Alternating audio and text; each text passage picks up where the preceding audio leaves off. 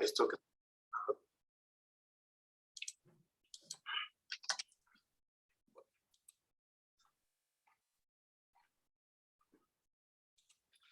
Acerca del primer ponente, que es David Ortiz Soto. Él es maestro en Ingeniería Estructural en la Escuela Superior de Ingeniería y Arquitectura de la Unidad de Zacatengo, Instituto Politécnico Nacional, próximo a adquirir el grado de doctor en Ingeniería Civil en el Instituto de Ingeniería del UNAM.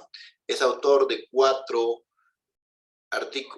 libros del área de análisis estructural, de varios artículos técnicos y científicos. Fue nominado a Premio Nacional de Ciencias el 2019 en México y actualmente es miembro del staff de profesionales como editor de CivilGex, la web de ingeniería más importante de Latinoamérica, en la cual realiza aportaciones académicas, ¿no? Es una gran persona, David, un gran amigo, aparte de ser un gran técnico, un gran conocedor del área de estructuras. Bueno, sin más, lo dejo ahí con David. Muchas gracias, mi estimado colega Johan, por la presentación y por la invitación. Denme, por favor, un momento en lo que hago los últimos preparativos en cuanto a abrir mis archivos. Activo cámara. No sé si los asistentes también desean activar cámara para que estos... Francisco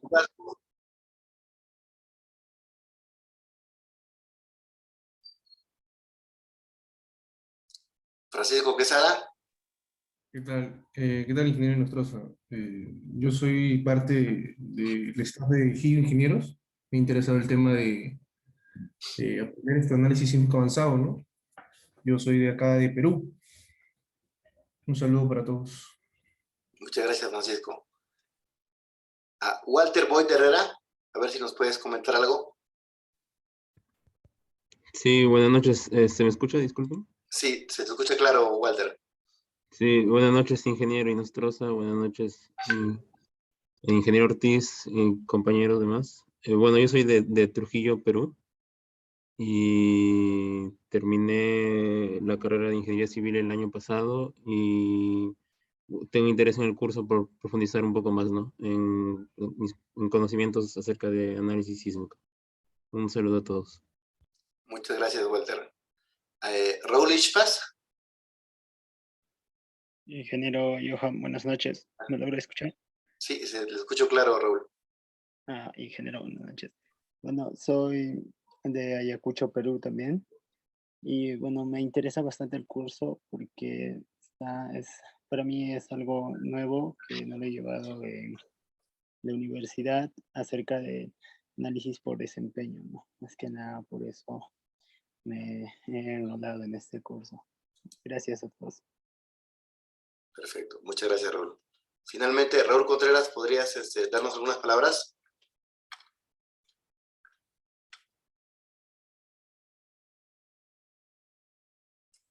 Creo que Raúl Contreras tiene un problema con el micro, porque veo que indica que su micro está conectando, pero no puede comentar nada. Acá tenemos otro participante. Milagros Modesto, ¿nos escuchas? Sí, buenas noches. Disculpen la Milagros. demora.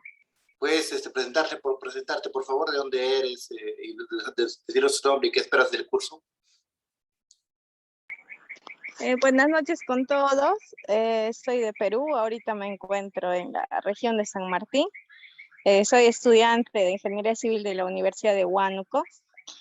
Y de este curso, bueno, básicamente espero aprender, ¿no? Reforzar todos los conocimientos que la universidad nos da y que no son suficientes en la vida laboral, ¿no? Siempre es necesaria la experiencia de los profesionales ya en campo. Muchas gracias. Muchas gracias. Estimado David, ¿podemos empezar ya? Sí, por supuesto. Bienvenidos sean todos al curso. Gracias por presentarse y bueno, vamos a dar inicio. Nada más, porfa, estimado colega Johan, si me habilitas para poder presentar pantalla también yo. Ya, disculpa. Sí, no hay ningún problema. Ya estás habilitado. A ver, ok. Va entonces, ¿listo? ¿Me confirman, por favor? Sí, ya está, David, ya se ve claramente. Ya está. Ok. Bueno, muy buenas noches a todos. Bienvenidos a este curso de análisis sísmico avanzado. Como ya comentó mi colega, mi nombre es David Ortiz Soto. Yo soy de México. Y bueno, ya también ha sido presentada parte de mi semblanza, ¿no? Este curso de análisis sísmico avanzado, podríamos decir que se va a dividir en 3 tópicos. En el primero, se va a abordar lo que es dinámica de estructuras, que es el que su servidor les va a impartir. Posteriormente, habrán otros 2 módulos que serán impartidos por 2 ingenieros, entre ellos mi colega Johan. Lo primero que me gustaría presentarles es lo clásico, ¿no? Lo que yo pienso que en todo curso se debe de dar, ya que aunque nosotros somos ingenieros civiles, la parte de docencia y de pedagogía no debe estar exenta en esta ocasión, ¿no? Entonces siempre va a ser necesario explicarle a quien toma un curso cuáles son los temas que se van a abordar, cuál es el objetivo del curso, qué es lo que se espera, ¿no? O sea, cuáles son los alcances. Posteriormente también se debe de poner énfasis pues en los instrumentos que se van a emplear didácticos y posteriormente cómo es que se podrían, digamos que integrar, ¿no? Una serie de evidencias. Si bien sabemos que este curso no va a ser de evaluación, es importante enmarcar que sería de muy buen complemento para todos los aquí presentes realizar ciertas actividades que se estarían dejando, aunque sí, claro que serían opcionales, pues sería muy bueno que también se pudieran hacer, ¿no? Bueno, entonces, la dinámica de estructuras la podemos definir como una rama de la ingeniería estructural no propia de los ingenieros civiles, ya que pues otras ingenierías también la utilizan, en la que se estudia el comportamiento de las estructuras dependiente del tiempo ante cargas que son dependientes del tiempo también, ¿no? Dentro de estos análisis, realmente lo que se hace es considerar las fuerzas inerciales y de hecho podríamos decir que es totalmente lo opuesto a un análisis estático en tal sentido, ¿no? Ahora, si el curso es de análisis sísmico avanzado, la pregunta es entonces, ¿por qué nosotros vemos dinámica de estructuras? Bueno, sabemos bien que la acción sísmica puede ser modelada a través de cargas que no dependen del tiempo. Sin embargo, yo diría que hoy en día ya los reglamentos se están enfocando mucho en hacer análisis con sismos que están idealizados dependiendo del tiempo, ¿no? Y de ahí la estrecha relación con la dinámica de las estructuras. De hecho, por ejemplo, en México, nuestro reglamento, si bien todavía permite hacer análisis sísmicos estáticos, pues realmente esto está muy limitado, ¿no?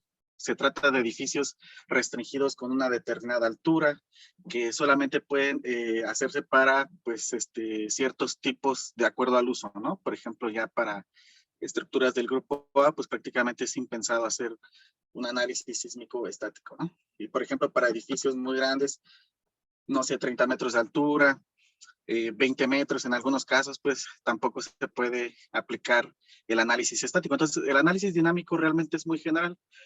Ahora, dentro de todo esto tendríamos que comentar varias cosas, ¿no? Porque el análisis dinámico puede ser en el rango lineal y en el rango no lineal, claro, al igual que un análisis estático, ¿no?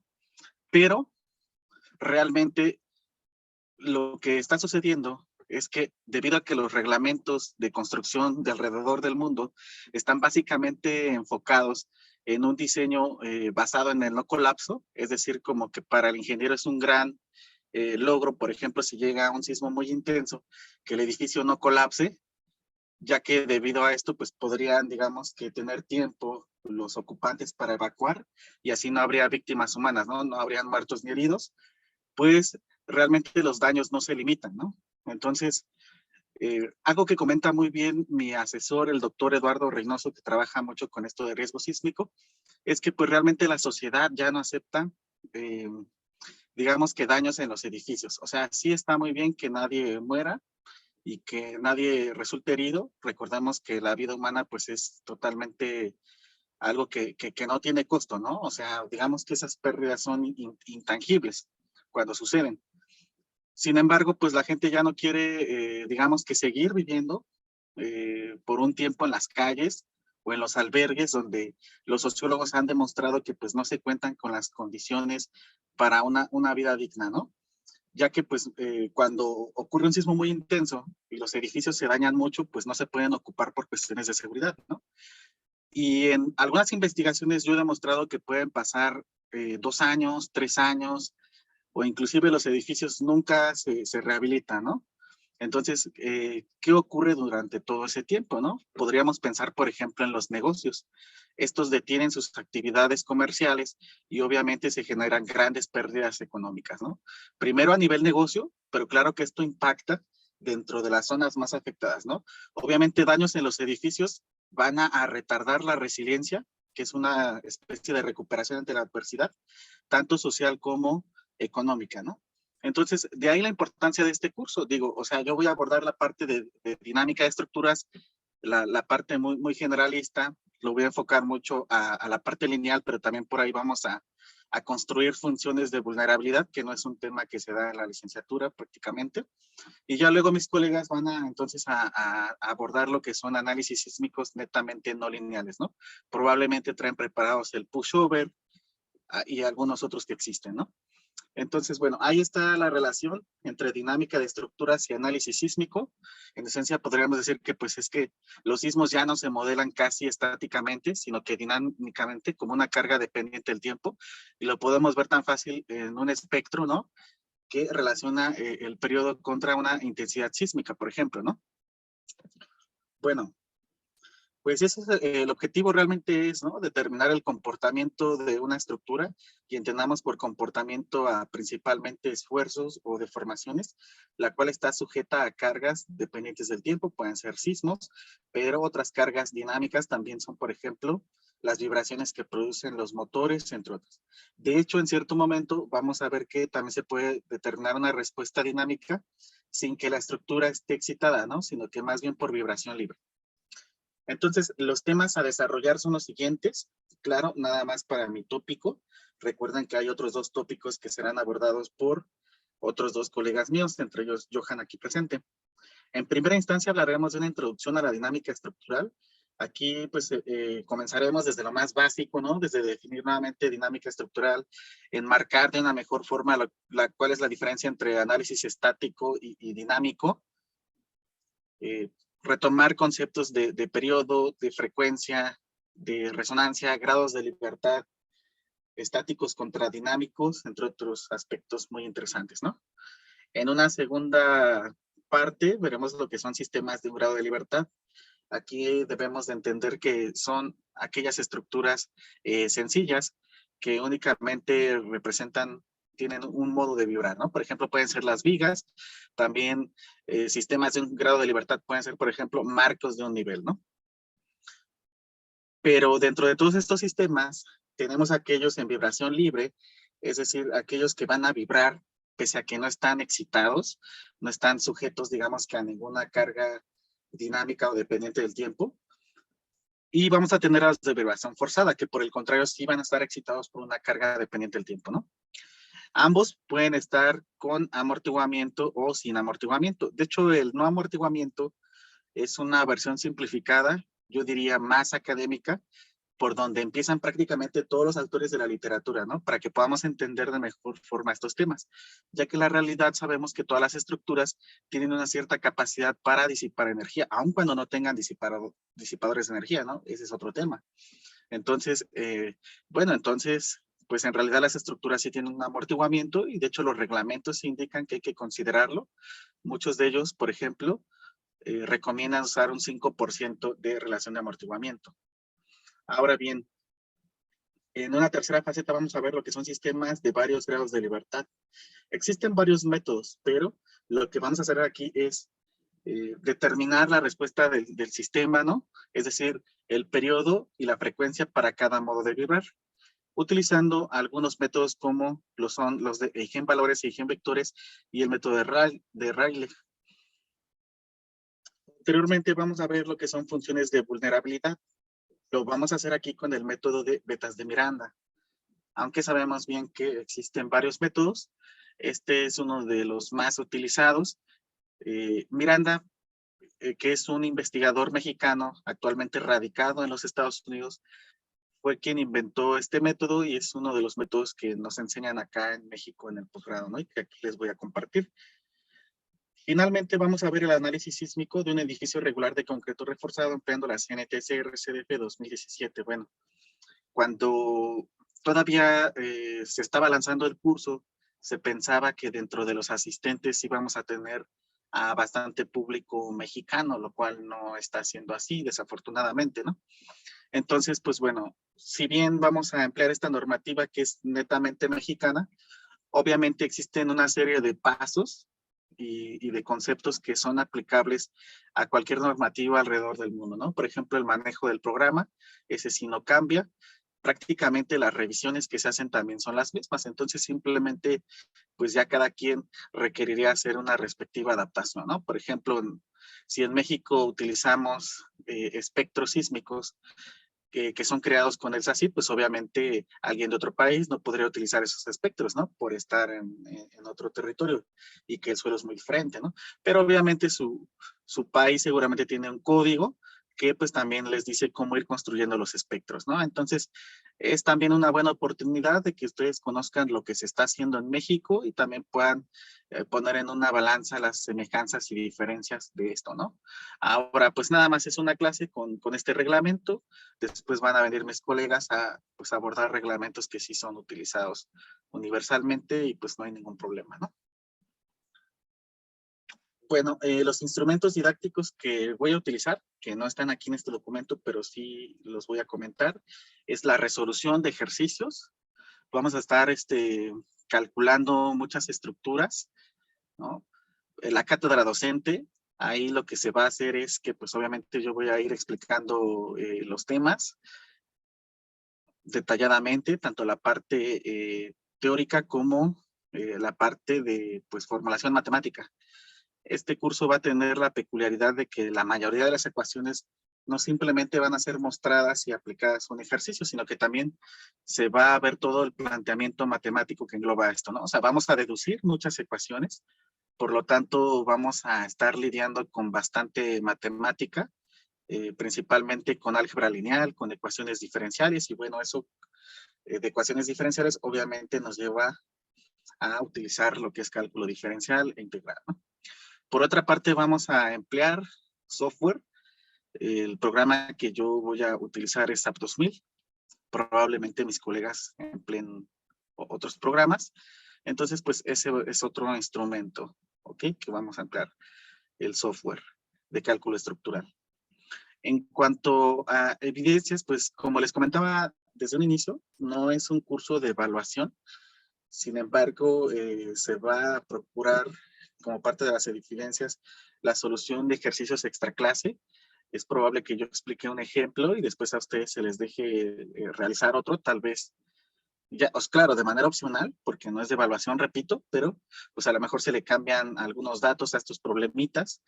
Puede que se les deje desarrollar un proyecto, a lo mejor si yo explico aquí el edificio para un edificio ubicado en México, a lo mejor a ustedes se les dejaría uno que esté ubicado, no sé, en Perú, en Ecuador o desde donde estén, ¿no? Y claro, quedaría netamente como algo opcional, como algo que ustedes pueden hacer para complementar y reforzar lo abordado aquí en clase, ¿no? Entonces, bueno, eso es lo que nos espera en estas 5 sesiones, las cuales van a ser martes y jueves de 2 horas cada una, resultando entonces un total de 10 horas, estando su servidor a cargo. ¿Ok? Bueno, pues nuevamente, bienvenidos todos al curso y espero que les guste. ¿Ok?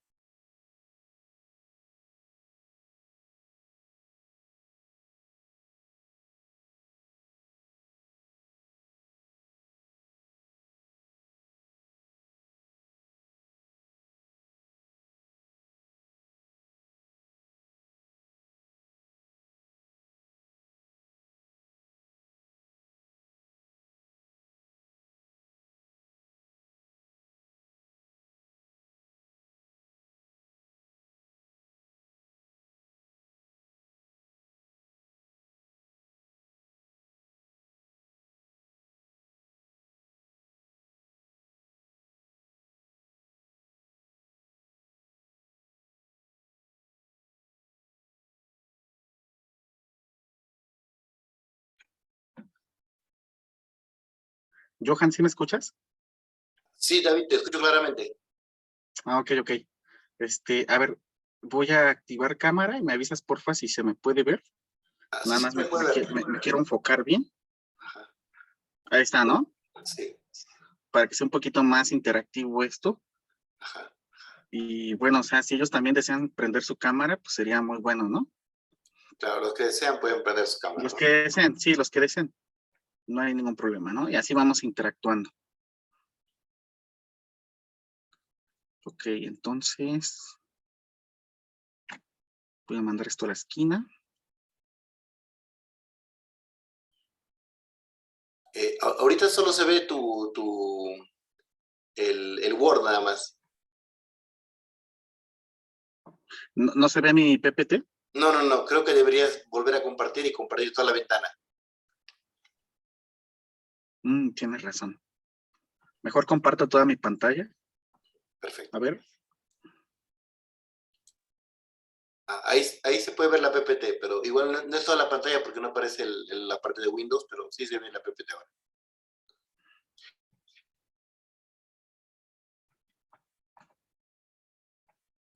Ya está en modo presentación, ¿no? Ya está completa.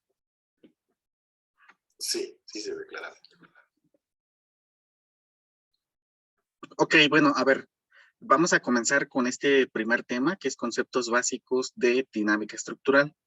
Ok, recordemos que estamos en el módulo de dinámica de estructuras, el cual forma parte del curso de especialización organizado por ingenieros estructurales llamado Ingeniería Sísmica Avanzada, ¿ok? Bueno, entonces, estas son las temáticas a desarrollar. En primera instancia vamos a definir lo que es dinámica estructural, aunque ya por ahí comentamos algo al respecto. Posteriormente vamos a hablar del equilibrio dinámico de una masa puntual, así de manera muy rápida. Vamos a describir los grados de libertad de un sistema. Vamos a hablar de los dos, ¿no? De un grado de libertad estático y de un grado de libertad dinámico. Y también vamos a definir vibración, modo de vibrar, periodo y frecuencia, y al final la resonancia de un sistema, ¿ok?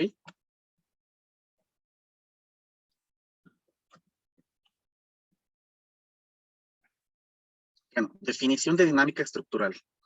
La dinámica estructural es una rama de la ingeniería estructural que, como ya les comentaba hace un rato, no es propia de los ingenieros civiles en cuanto a su uso, sino que pues también la dinámica estructural la emplean, por ejemplo, ingenieros mecánicos o ingenieros aeronáuticos, entre otros, en la que se abordan problemas en los cuales las cargas aplicadas a la estructura o la respuesta del sistema estructural, y entiéndase por respuesta principalmente a esfuerzos y deformaciones, pues son dependientes del tiempo, ¿ok?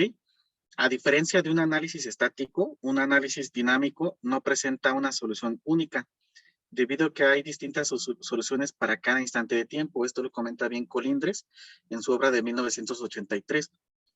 De hecho, pues cuando nosotros digamos que hagamos los análisis dinámicos en los ejercicios iniciales, que son los más básicos, en los cuales vamos a obtener la respuesta del sistema, nos vamos a dar cuenta que el desplazamiento es dependiente del tiempo, ¿no?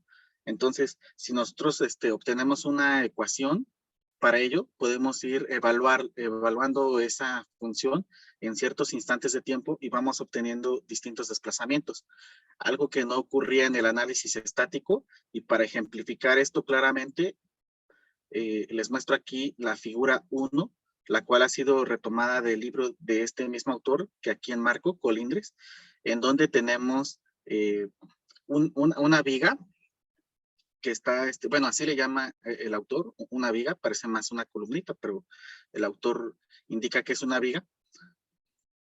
Y en la figura 1A podemos ver que se trata de un problema estático. ¿Por qué?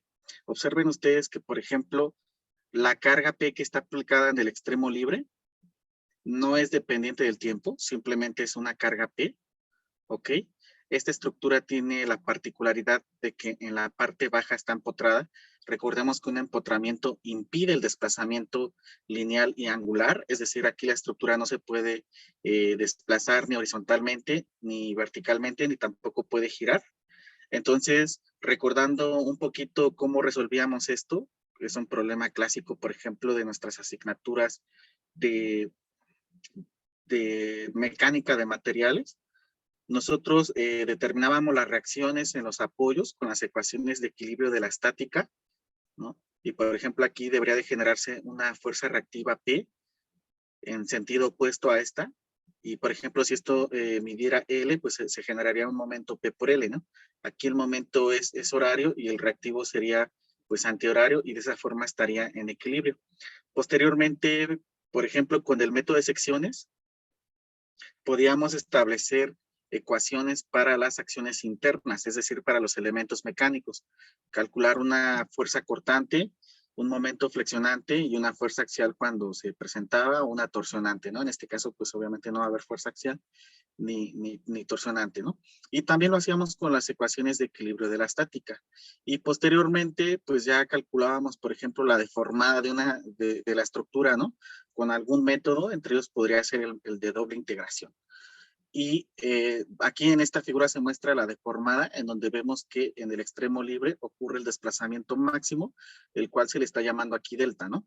Entonces, pues claramente se trata de un análisis estático porque en ningún momento la respuesta del sistema depende del tiempo. O sea, yo obtengo un valor único para la deformación, ¿verdad?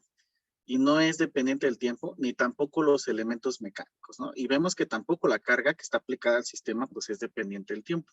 ¿Ok? Entonces, pues ese es un análisis estático. Ahora vamos a tomar el mismo caso, se muestra en la figura 1B, nada más que ahora vamos a tomar en cuenta que se trata de un problema dinámico. La primera diferencia que podemos ver es la carga aplicada. Aquí podemos ver que se nos indica que esta carga es P en función de T, ¿ok? O sea que es una carga dependiente del tiempo. Es una carga que va variando, que no es la misma, ¿ok? Y por otra parte, también podemos ver que ya se están produciendo aceleraciones, debido a que pues las deformaciones son las que la generan. Además, estas deformaciones, por lo tanto, van variando con el tiempo. Y esto provoca que entonces tengan que inducirse fuerzas de inercia que resisten el movimiento de la viga. Entonces, en este tipo de análisis dinámicos, lo que vamos a tener ya son fuerzas inerciales. Y recordemos que de la segunda ley de Newton, una inercia es igual a la masa por la aceleración. De hecho, la aceleración pues es algo que ya es dependiente del tiempo, ¿no? Entonces, este problema puede ser resuelto de tal forma que pues vamos a considerar que la viga está sujeta a dos cargas. Ya no nada más a la fuerza externa P, dependiente del tiempo que vemos aquí, a P de T, sino que también a las fuerzas inerciales que van a resistir la aceleración que se induce al sistema, ¿no? Entonces, pues las fuerzas internas tienen que forzosamente equilibrar esta combinación de cargas, ¿ok? Ahora, existen varios tipos de cargas dinámicas, que aunque suene redundante, lo vamos a volver a decir, son las cargas que pues dependen del tiempo, ¿no? Las más comunes son viento y sismo. Claro que estas cargas pueden ser idealizadas estáticamente, es decir, no dependientes del tiempo. Si nosotros consideramos a un edificio cualquiera, por ejemplo aquí vamos a ver que en el caso de un viento, va a empujar a los edificios de arriba hacia abajo, transmitiendo cada esfuerzo a la cimentación. Por el contrario, vemos que un sismo empuja a los edificios de abajo hacia arriba a través de la cimentación. ¿Ok? Otras cargas dinámicas comunes son, por ejemplo, la vibración de motores, la vibración de turbinas, y que esto se puede representar a través de cargas, por ejemplo, armónicas, y que es algo que vamos a ver en este curso. También vamos a estar determinando la respuesta del sistema ante estas cargas, ¿ok? Bueno, entonces, hablemos del equilibrio dinámico de una masa puntual, que es igual un concepto muy, muy básico, pero que básicamente nos va a dar la pauta de lo que es dinámica estructural. Miren, prácticamente esto se basa en la segunda ley de Newton. Recordemos que es lo que enuncia esta ley. La aceleración A de un objeto es directamente proporcional a la fuerza neta F que actúa sobre él e inversamente proporcional a su masa. Ya que A y F son cantidades vectoriales, tienen magnitud, dirección y sentido, es por eso que se representan con una flecha aquí arriba. En tanto, la masa es un escalar, simplemente es un número y por eso es que no está representado con una flecha. ¿Ok? Bueno, Entonces, esto que acabo de enunciar, matemáticamente se puede expresar con base en la ecuación 1 que vemos aquí, en donde la fuerza es igual a masa por la aceleración. Dos conceptos importantes que debemos de tener bien presentes y que vamos a estar ocupando durante todo este curso, especialmente en este tópico 1, que es el que yo voy a impartir, es que la aceleración es igual a la derivada de la velocidad con respecto al tiempo y que la velocidad se define como la derivada de la posición con respecto al tiempo. Esto no lo podemos olvidar debido a que nosotros vamos a estar deduciendo matemáticamente la respuesta de un sistema, es decir, vamos a estar resolviendo la ecuación diferencial de movimiento para distintos casos, y entonces va a llegar un momento en el que nosotros vamos a tener ciertas constantes que surgen precisamente y que tenemos que resolver con base en condiciones de frontera, de tal modo que vamos a tener que plantear un sistema de ecuaciones igual a un mismo número de incógnitas, que en este caso son esas constantes, y vamos a tener que estar usando continuamente esto que aquí les muestro, ¿no? Aceleración es igual a derivada de velocidad con respecto al tiempo y velocidad es igual a derivada de desplazamiento con respecto al tiempo. Estos dos conceptos pues no los podemos olvidar, al menos en esta parte del curso, ¿ok? Ahora, hablemos sobre los grados de libertad de un sistema. Voy a explicar, digamos, que pues los dos, ¿no? O sea, los que más comúnmente estamos acostumbrados a ver, que son los estáticos y también los dinámicos.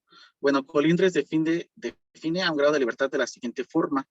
Es un poco abstracto, pero voy a recitar tal cual lo que él dice, por eso es que aquí lo entrecomillo, ¿no?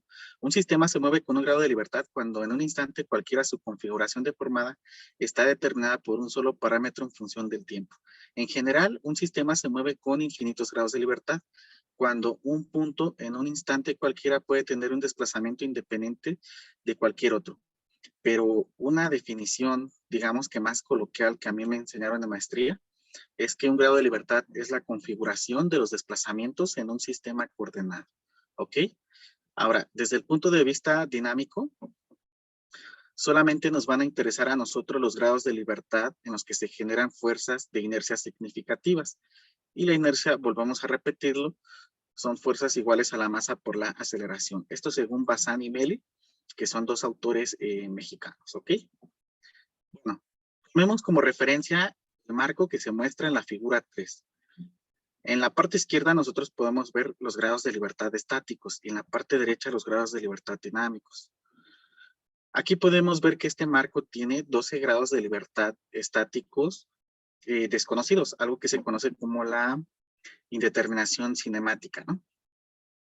A ver, recordemos que los análisis estructurales se hacen hoy en día principalmente con el método de elementos finitos, ¿no? Sabemos bien que existen muchos métodos para analizar una estructura, muchos métodos clásicos, pero prácticamente todos están en desuso.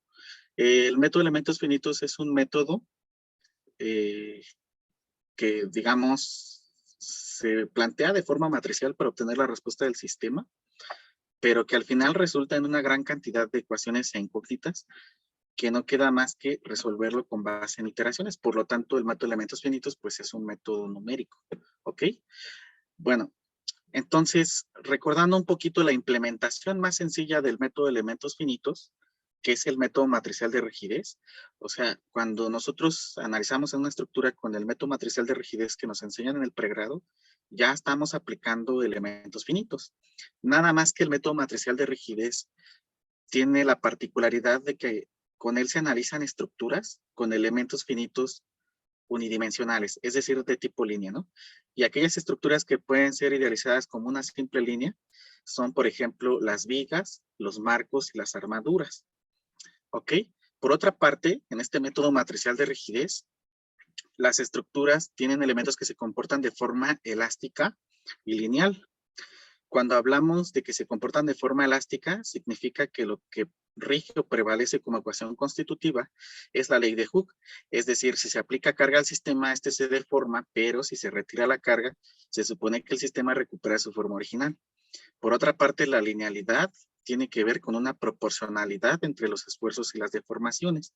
Esto lo podemos saber fácilmente, por ejemplo, con un espécimen que podemos ensayar en una máquina universal, podemos aplicar carga e irla incrementando e ir midiendo las deformaciones. De ahí podemos graficar, por ejemplo, una curva esfuerzo-deformación.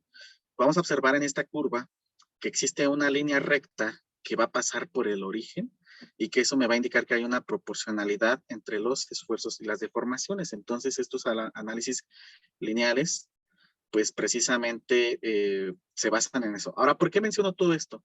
Porque en realidad una estructura tiene infinitos grados de libertad, ya que tiene, digamos que, infinitos nodos, ¿no?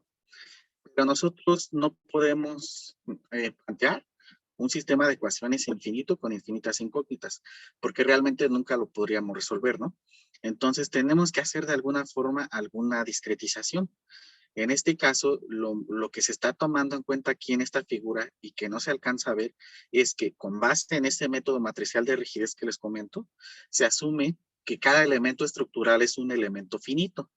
Entonces hagan de cuenta que aquí tenemos 4 columnas y 2 vigas.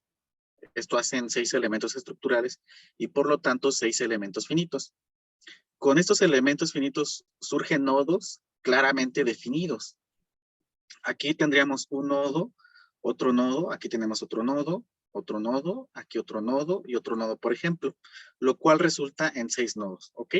Ahora, para un marco en el plano, únicamente los nodos tienen 3 grados de libertad.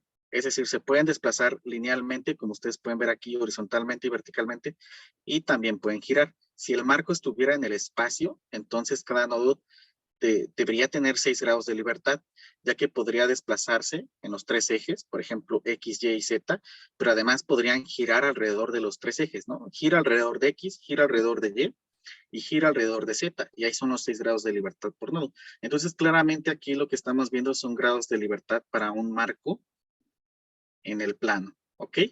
Entonces, si tenemos 6 nodos por 3 grados de libertad, la estructura tiene en total 18 grados de libertad, de los cuales 6 son claramente conocidos, ya que aquí los empotramientos impiden el desplazamiento.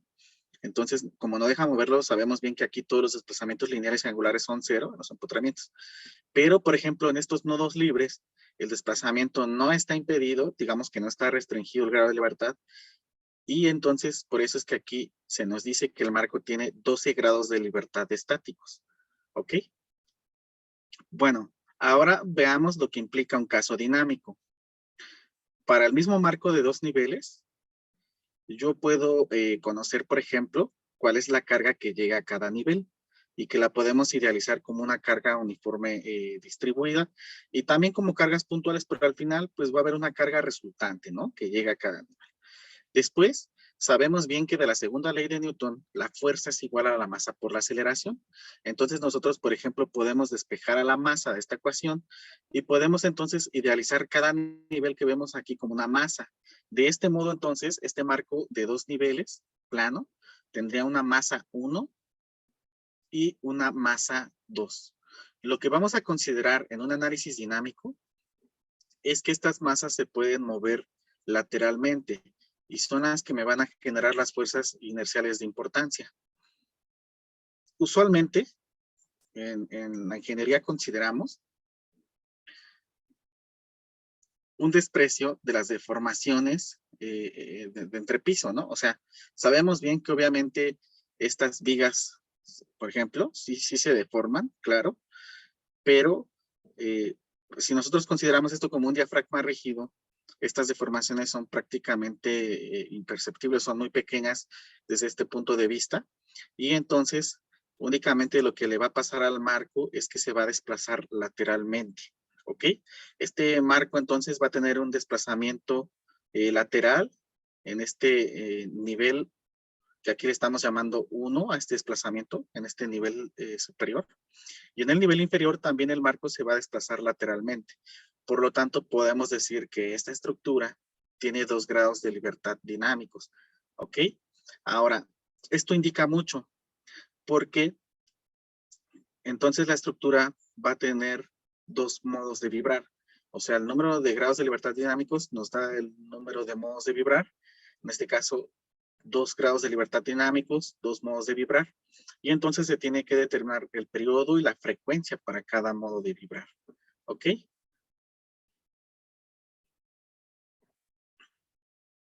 Y entonces, ya que estamos hablando de vibración, sería conveniente abordar lo que es la vibración, precisamente el modo de vibrar, el periodo y la frecuencia. A ver, la vibración en sí se define como la propagación de ondas elásticas que producen esfuerzos y deformaciones sobre un medio continuo. Esto es importante mencionarlo. En ingeniería civil estudiamos a las estructuras desde un enfoque macroscópico, no microscópico. Es decir, lo que hacemos contrasta notablemente con otras profesiones como lo son los biólogos o los químicos, por ejemplo, ya que como ingenieros civiles decimos que las infinitas partículas que conforman la materia, en este caso la estructura, ocupan por completo el espacio, entonces no hay discontinuidades y no hay porosidades.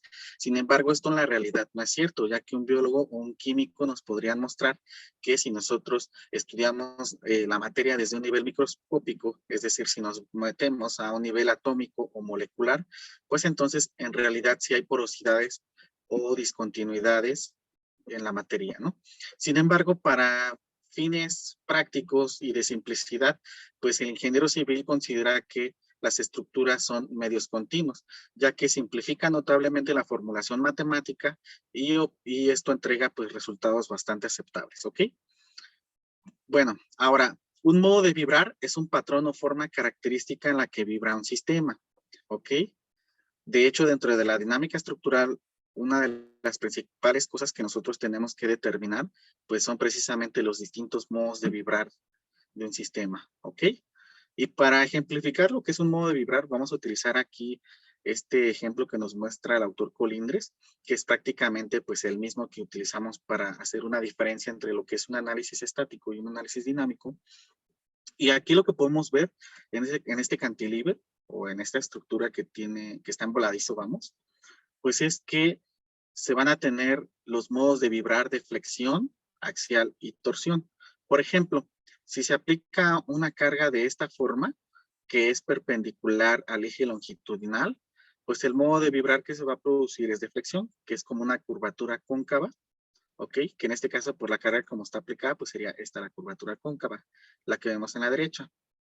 Si nosotros aplicamos una carga axial, entonces el modo de vibrar va a ser de extensión, que obviamente puede ser de tensión si el elemento se alarga o de compresión si el elemento se acorta, ¿no? Depende del sentido de la carga. Aquí en este caso, pues como que produce compresión, ¿ok? Y el otro modo de vibrar que tenemos es el de la torsión. Si aquí al sistema le aplicamos un momento torsor, pues entonces la estructura como que va a girar y se va a torcer, ¿no? Y de esta forma muy sencilla podemos explicar lo que es un modo de vibrar. En realidad las estructuras vibran como una combinación de modos, donde claramente un cierto modo va a ser predominante sobre los demás, pero no es como que una estructura vibre primero de una forma, luego de otra y luego de otra, ¿no? Ahora bien, ya que estamos comentando todo esto, sería importante comentar que el periodo, desde el punto de vista, digamos que de la dinámica básica, es el tiempo que tarda en dar una vuelta completa o el tiempo transcurrido entre dos puntos equivalentes de una onda. ¿Ok? Ese es el periodo. Por ejemplo, tomemos como referencia esta figura y aquí podríamos partir de este punto y vemos que aquí la onda llega otra vez a este punto, pues entonces ya tenemos un cierto periodo con un cierto valor, ¿no? La unidad del periodo es en segundos. De hecho, SAP 2000, cuando nosotros calculamos el periodo de una estructura, pues nos lo muestra en segundos. En cambio, la frecuencia es la cantidad de vueltas en un periodo. La unidad de la frecuencia es el hertz. Esto matemáticamente lo podemos plantear con la ecuación 2, en donde el periodo es igual a 1 entre la frecuencia y asimismo la frecuencia es igual a 1 entre el periodo. Entonces, estos dos parámetros siempre nos los da SAP 2000 o ETABS, por ejemplo, cuando nosotros calculamos los modos de vibrar de la estructura. Para cada modo nos va dando un periodo en segundos y una frecuencia en hertz. Aparecen los dos valorcitos arriba, que incluso si hacemos ese experimento de calcular 1 entre ese valor, vamos a obtener el inverso, ¿ok? Estos dos. Bueno, esto de una manera más técnica, pero de una manera más coloquial, Si nosotros tomamos en cuenta un edificio, aunque eso después lo voy a explicar, creo que en la siguiente clase con un video, porque hay unos ingenieros que lo muestran de una manera muy didáctica, así con una maqueta, pero realmente, o sea, vemos que el edificio se desplaza y el periodo así coloquialmente se le define como el tiempo que el edificio tarda en ir y regresar. ¿Ok?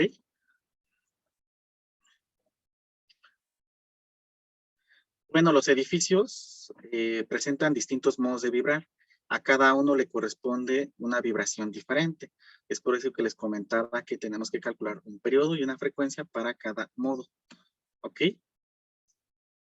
Dentro de todos esos modos, usualmente va a haber uno de importancia, que es el modo fundamental. Normalmente este modo fundamental es el primer modo y es el que va a tener un valor más alto de periodo. Por ejemplo, para aquí, para este marco de 2 niveles, de 3 niveles, perdón, podemos ver que obviamente al tener tres niveles va a tener 3 grados de libertad, hablando de grados de libertad dinámicos, claro, y para una estructura en el plano, entonces va a tener un desplazamiento, el nivel 1, un desplazamiento el nivel 2 y un desplazamiento el nivel 3, ¿no? Entonces, al haber 3 grados de libertad, pues hay 3 modos de vibrar, que aquí podemos ver el modo 1, el modo 2 y el modo 3, ¿no? En este caso, el modo 1 se conoce como el modo fundamental porque va a tener el valor más alto de periodo. Hablemos un poquito de la resonancia de un sistema. Nosotros podemos ver que, por ejemplo, la respuesta dinámica de un edificio durante un sismo depende de la relación también entre el periodo de vibrar de las ondas y el periodo de vibración, pues, de la propia estructura. El periodo de vibrar de la propia estructura no es dependiente del sismo. Por ejemplo, en edificios usualmente se calcula con un programa de computadora, como puede ser SAP 2000 o TAPS, idealizando la estructura y aplicándole las cargas correspondientes a vivas y muertas. Dentro de las cargas muertas, pues tenemos al peso propio de la estructura, pero también van a existir sobrecargas, ¿no? Como por ejemplo el peso de plafones, el peso de elementos arquitectónicos, entre otros, ¿no? Y por otra parte tenemos a la carga viva, que va a depender del uso del edificio. No es la misma carga, ¿no? Y los reglamentos lo tienen estipulado. Bueno, aplícale, no sé, cierto valor a la losa por concepto de carga viva, ¿no? Si la estructura tiene un uso de, por ejemplo, hospitales, es un determinado valor. Si la estructura pues va a ser utilizada para oficinas, pues ya cambia el valor, ¿no? Y entonces nosotros podemos conformar una masa a partir de estas cargas y luego le pedimos al programa que me haga un análisis modal. Entonces vamos a obtener el periodo de la estructura. Y como ustedes pueden notar, en ningún momento yo mencioné la palabra sismo, ¿no? O sea, el periodo de la estructura no es dependiente de una acción sísmica, ¿no? Sin embargo, pues hay que tener mucho cuidado. Esto ya los reglamentos lo tienen claramente considerado, porque como podemos ver en este gráfico, en el cual se grafica una aceleración, una amplitud, una aceleración contra una relación de periodo de edificio contra periodo de sismo, vemos que cuando esta relación es de 1, el sistema entra en resonancia absoluta y se producen las más grandes aceleraciones y que esto se va a traducir obviamente en pues daños probablemente, ¿no? Podemos ver que a medida que esta relación entre el periodo de la estructura y que en este caso es un edificio, y el periodo ajeno a la estructura, que en este caso es el periodo del sismo, entre más se aleje esta relación de 1, pues vemos que no se producen grandes aceleraciones, ¿no? Pero vean cómo entre más se acerca a 1, pues más grandes aceleraciones. Y cuando llega a 1, pues decimos que el sistema está en resonancia totalmente. ¿Ok? Esto matemáticamente se puede expresar de esta forma. De hecho, frecuencia interna de la estructura o propia de la estructura y frecuencia externa de la estructura normalmente se representan con omegas. Para la frecuencia interna de la estructura es una omega minúscula, para la frecuencia externa es una omega mayúscula, ¿no?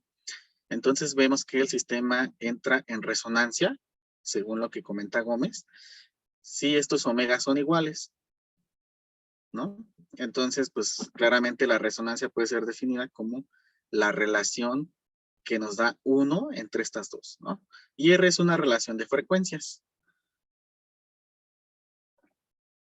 Bueno, hasta aquí la primera presentación de conceptos básicos. Vamos a dar unos minutitos. Si gustan, pueden ir dejando ahí algún comentario o pregunta en el chat, no hay ningún problema, ¿no? O pueden activar su micro. Mientras tanto, voy abriendo la segunda presentación y también para que ustedes no se sientan tan sofocados, vamos a ir dejando, no sé, algunos minutitos, ¿no? Entre una y otra, unos 3 o 4 minutos.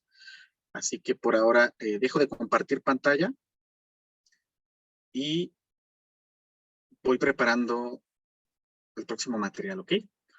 No sé, estimado Johan, esta información, ¿cómo se las vamos a hacer llegar? Quizás es una de las dudas que tengan nuestros asistentes. Pensaba entregarlo a través de un drive, David. Se va a crear un drive y en ese drive vamos a colocar la información. Solo mándamela y nosotros ya lo vamos a compartir. Ah, ok. Yo te la mando y ustedes ya se encargan, ¿no? Claro, creo que sería más fácil, David. Muy bien. Bueno, entonces, pues como ya escucharon, estimados asistentes, pues se les va a estar haciendo llegar toda esta información de manera oportuna, ¿no? Ok, entonces, permítanme un momento y ahorita continuamos.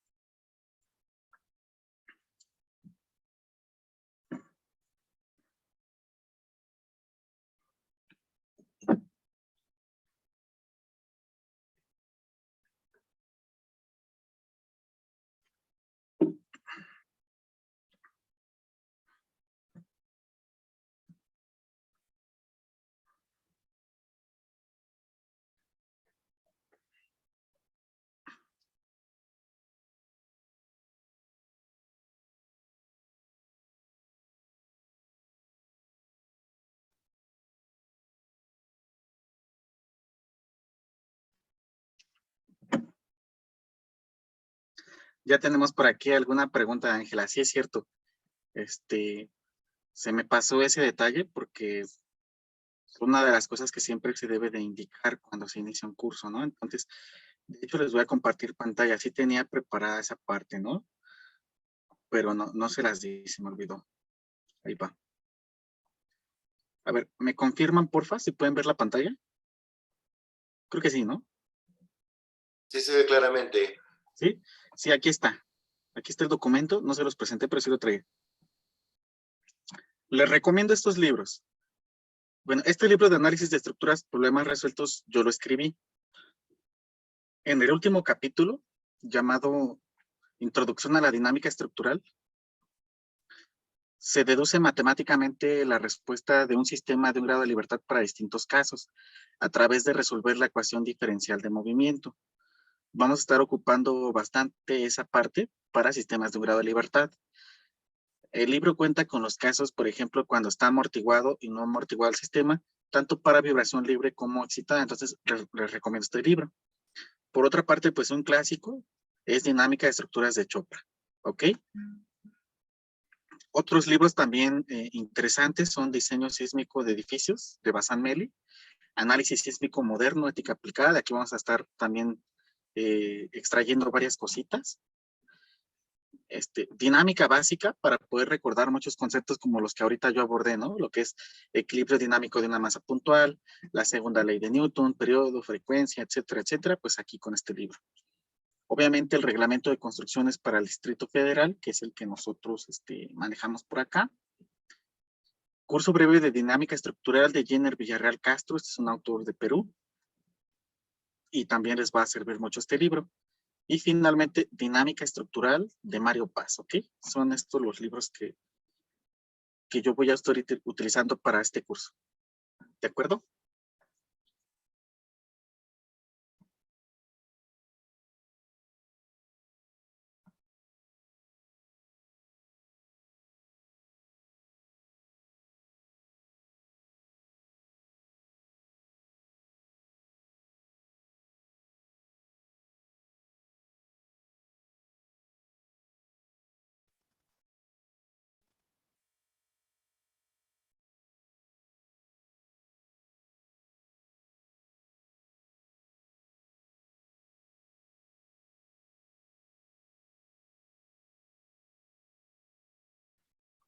Ok, bueno, vamos a hablar un poquito sobre de las ecuaciones de equilibrio. Vamos a demostrar matemáticamente esto, algo que también yo pues lo he visto muy poco en la literatura, y vamos a poner énfasis en cuándo se trata de algo estático y cuándo de algo dinámico, ¿ok?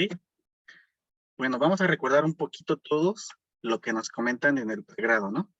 Nos han dicho que la sumatoria de fuerzas es igual a 0 y la sumatoria de momentos alrededor de un cierto punto, por ejemplo, de un punto O, es igual a 0 también.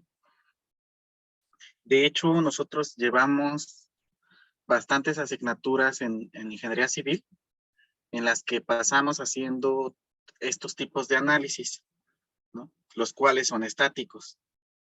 Por ejemplo, en estática, en resistencia de materiales, en algunas universidades también existe lo que es estructuras isostáticas, y en el caso de análisis estructural, algunas universidades tienen análisis 1 y 2, o algunas simplemente le llaman análisis y a la otra análisis avanzado, ¿no? Entonces, prácticamente en todas estas materias, lo que a nosotros nos enseñan a hacer son análisis estáticos, ¿ok? Recordemos un poquito lo que es la concepción del análisis estructural, ¿no? Ya dijimos que es, pues, determinar la respuesta de un sistema que está sujeto a ciertas cargas. Estas cargas pueden ser de distinta índole, inclusive el mismo peso propio de la estructura ya es una carga que la estructura tiene que soportar, ¿ok? Ahora bien, estos análisis pueden ser en el plano o en el espacio, ¿no? Si es en el plano hablamos de 2 dimensiones, si es en el espacio hablamos de 3 dimensiones. Ambos tipos de análisis pueden ser estáticos o pueden ser dinámicos. Entonces, en los análisis estáticos, pues vamos a utilizar siempre estas ecuaciones, en donde la sumatoria de fuerzas y de momentos van a estar igualadas a 0. De hecho, al haber componentes en el plano, en un análisis tridimensional, ocupamos estas 6 ecuaciones, pero es para un análisis estático, ¿ok? La sumatoria de fuerzas en X, en Y y de Z es igual a 0, y la sumatoria de momentos alrededor del eje X, Y y Z, pues también es 0, ¿ok? Pero incluso, hablando de análisis estructurales, nosotros podemos ver que en la licenciatura esto se enfoca demasiado, no a espacio, sino a 2 dimensiones. Entonces, básicamente nos la pasamos bastantes años en la licenciatura calculando estructuras utilizando estas 3 ecuaciones, que la sumatoria de fuerzas, por ejemplo, en X es igual a 0, la sumatoria de fuerzas en Y también es igual a 0, y la sumatoria de momentos en algún cierto punto es igual a 0, ¿no? Y con estas ecuacioncitas calculamos, pues, por ejemplo, reacciones en los soportes y elementos mecánicos. Lo que pocas veces nos explican es cuál es el fundamento matemático de esto, con base, por ejemplo, en las leyes de Newton y en la mecánica del medio continuo. Y eso es lo que voy a hacer ahorita aquí en este momento.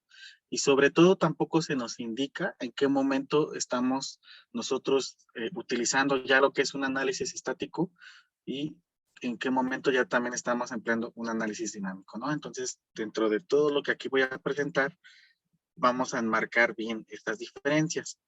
Comencemos primero con la representación de un medio continuo, ¿ok? Un medio continuo, como ya lo dije hace un rato, considera que las infinitas partículas ocupan por completo el espacio, es decir, no hay porosidades, no hay discontinuidades. Claro que yo no podría dibujar infinitas partículas, estoy dibujando las más que puedo, pero en realidad son infinitas partículas estas, ¿ok? Vamos a suponer que este medio continuo está sometido a un sistema de fuerzas externas, que es una cantidad vectorial a la cual vamos a llamar F superíndice E. Esto simula lo que ocurre en realidad en una estructura, porque ya hemos comentado que un sistema estructural pues siempre soporta cargas y que inclusive su mismo peso propio pues ya es una acción a la cual está sujeta, ¿ok? Ahora, vamos a tomar de estas infinitas partículas, 2 cualesquiera, 2 al azar. A la partícula I le vamos a llamar iésima partícula y a la partícula J le vamos a llamar jésima partícula. Lo que va a ocurrir es que se va a generar una fuerza de interacción. de la iésima partícula a la jésima partícula, lo cual vamos a llamar fuerza, que es una cantidad vectorial de I a J. ¿Ok? Con base en la tercera ley de Newton, que enuncia que a toda acción corresponde una reacción de igual magnitud y dirección, pero sentido opuesto, entonces lo que va a ocurrir en este medio continuo es que la jésima partícula también va a ejercer una fuerza de interacción en la iésima partícula que va a ser de igual magnitud y dirección, pero de sentido opuesto como se muestra aquí. Entonces, la relación matemática entre estas dos fuerzas puede establecerse con base en esta ecuación 1,4, en donde Fij es igual a menos Fji, obviamente. ¿Ok? Ahora bien, vamos a probar en realidad la fuerza de interacción que ejerce una partícula sobre sí misma, una fuerza que se ejerce sobre sí misma, pues es inexistente. ¿Cómo le podemos hacer? Bueno, muy sencillo. Tenemos aquí dos subíndices que son J. Para poder representar matemáticamente una fuerza de interacción sobre una partícula, deberíamos considerar que I es igual a J. ¿Ok? Entonces, si nosotros reemplazamos esta condición en la ecuación 1,4, tenemos lo siguiente, que la fuerza de I a I es igual a menos la fuerza de I a I. Después lo que podemos hacer es igualar a cero la ecuación. Obviamente esto que está restando del otro lado pasa sumando y tenemos FII más FII es igual a 0. Como estos dos son términos semejantes, entonces la ecuación resulta en 2 veces FII igual a 0. Si nosotros despejamos a FII definida como la fuerza de interacción de una partícula sobre sí misma, pues nos queda 0 entre 2. Y 0 entre cualquier número es 0. Es por eso que aquí nosotros estamos probando que la fuerza de interacción de una partícula sobre sí misma realmente no existe, ¿ok? Y le vamos a llamar, por ejemplo, ecuación 1,5 a esto. Bueno, vamos a continuar. Por otra parte, la fuerza de interacción resultante de una iésima partícula la vamos a definir como la adición de la fuerza externa aplicada sobre esa partícula más la suma de las fuerzas de interacción que ejercen la partícula llamada I sobre cada una de las n partículas del medio continuo. Aunque resulta muy confuso esto, se puede ilustrar de manera muy sencilla como se muestra en la figura 2. Claro, es figura 1,2.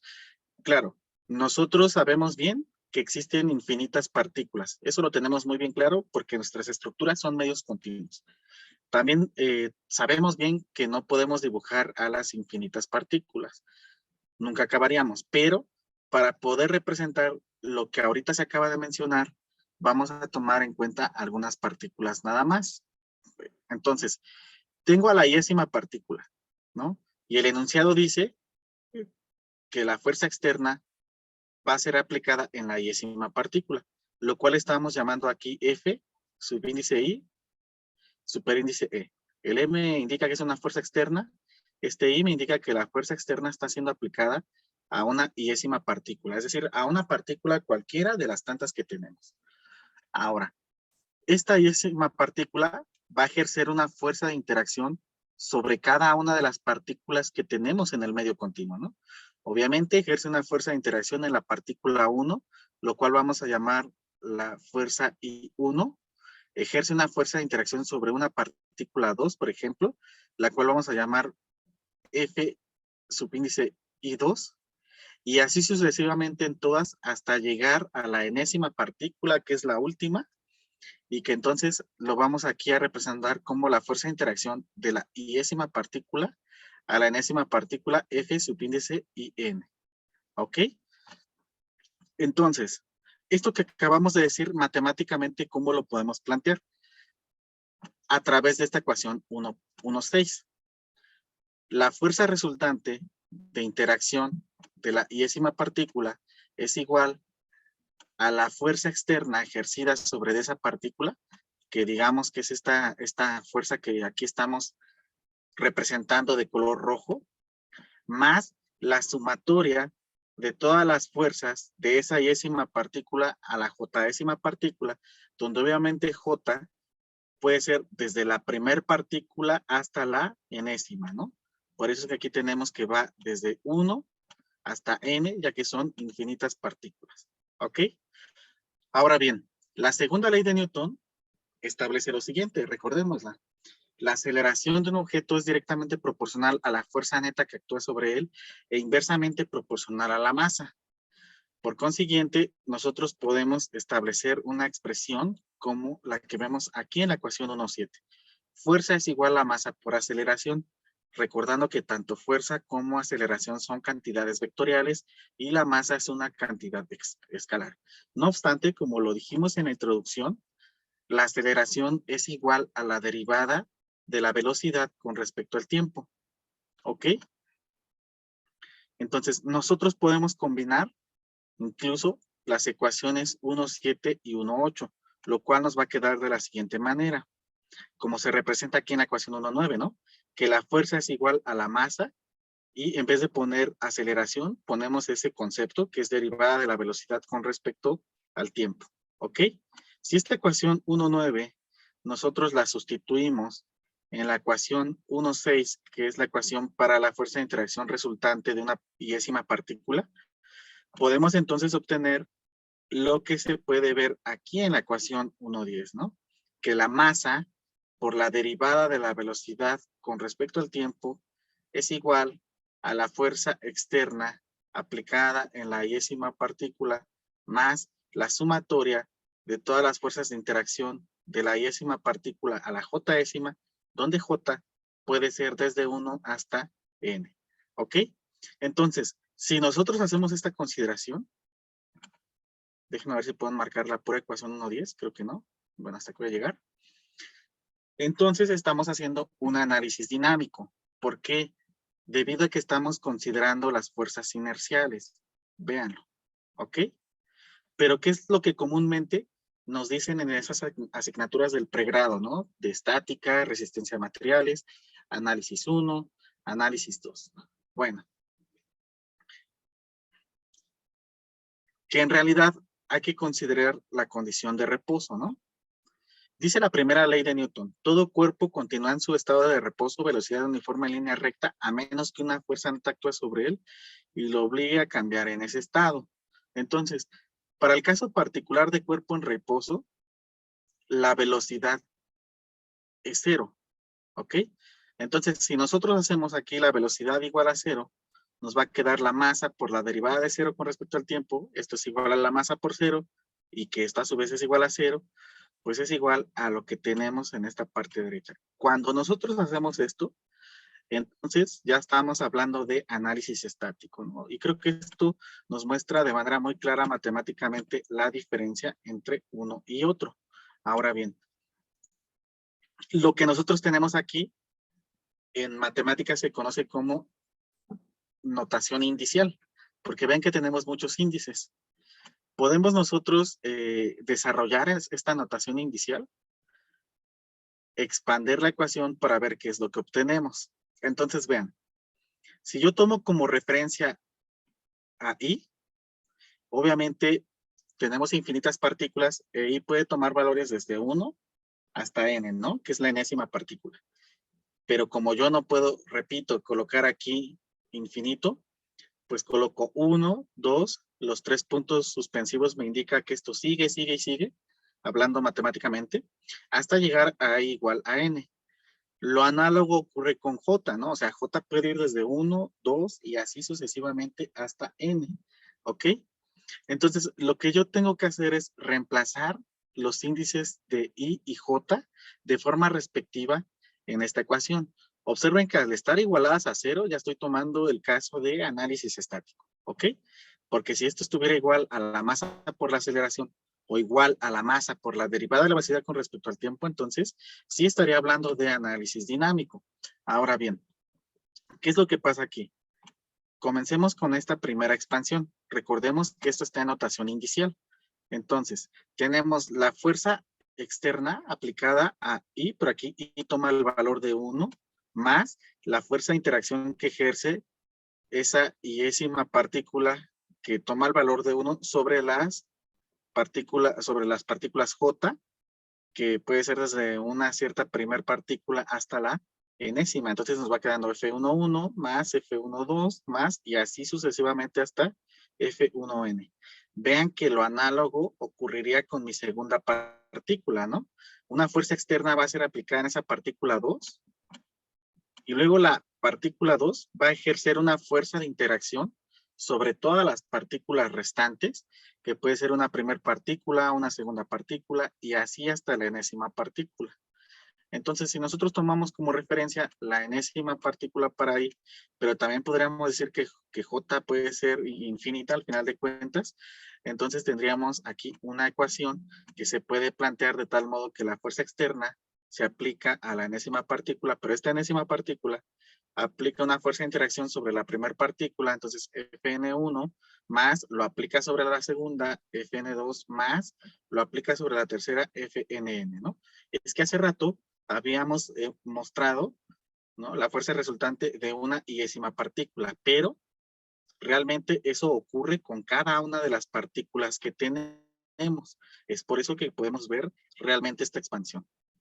Ahora, como todo esto se está sumando, en realidad nosotros podemos ver que nos van a quedar en primera instancia una sumatoria de la fuerza externa aplicada a la iésima partícula, donde obviamente esta puede ser desde la enésima, más una sumatoria de una sumatoria, ¿ok? Porque hay una fuerza de interacción de la partícula I a la J, ¿ok? Pero tanto I como J pueden ser desde la primera a la enésima. ¿Y por qué sumatoria, sumatoria? Porque esto se está sumando en fila, ¿no? Pero también se está sumando en columna. Por eso es la sumatoria de la sumatoria. Pero fíjense que esto es algo matemático hasta cierto punto abstracto. Eso que la mecánica del medio continuo no es algo que les que guste mucho a la ingeniería civil, ¿no? Aunque es obligatorio llevarla, o debería serlo, ustedes no me dejarán mentir que la mayoría de los programas de ingeniería civil no existe esta materia de mecánica del medio continuo. Es un tanto abstracta. Okay. Pero esto traducido en palabras muy simples, que son las que siempre nos comentan en el pregrado, en las materias básicas como estática, resistencia a materiales, análisis, es el equilibrio externo más el equilibrio interno es igual a cero. Uno de los principios fundamentales de la ingeniería estructural. Recordemos que las estructuras deben de tener equilibrio, tanto externo como interno, y estabilidad para que funcionen bien, ¿no? Entonces, como nosotros podemos ver aquí, la suma de estas dos nos da igual a cero. Esto indica que no están aislados, ¿no? Que nosotros siempre debemos de garantizar equilibrio externo e interno en las estructuras. Pero ¿cómo nos lo dicen de manera muy sencilla en licenciatura? Ah, bueno. Tienes una viga, por ejemplo, tienes un marco, una armadura, le vamos a aplicar unas cargas y calcula las reacciones en los apoyos. Eso es el equilibrio externo. Después te dicen, aplica, por ejemplo, el método de secciones, ¿no?, con base en el cual vas a hacer cortes en las estructuras, o en el caso de armaduras, aplica el método de los nodos y calcula los elementos mecánicos. Y eso es equilibrio interno, lo que vemos aquí, sumados, o sea, se debe de cumplir que todo esto sea nulo, la sumatoria de fuerzas sea nula, ¿no? Pero entonces, si en conjunto tiene que ser nulo, ¿cómo es que nosotros lo aplicamos por separado usualmente, no? Porque era lo que les decía hace rato. Nos ponen un ejemplo, le aplicamos cargas y calculamos las reacciones en los apoyos, ¿no? Y luego, posteriormente, de manera aparte, calculamos lo que son los elementos mecánicos. Entonces, esto significa que en conjunto deben ser nulos, pero que también de manera independiente deben ser nulos, ¿no? ¿Cómo lo podemos demostrar? Lo vamos a hacer aquí, ¿no? Vamos a atender en primera instancia la parte de la derecha de la adición del miembro izquierdo, ¿ok? De esta ecuación 1,12.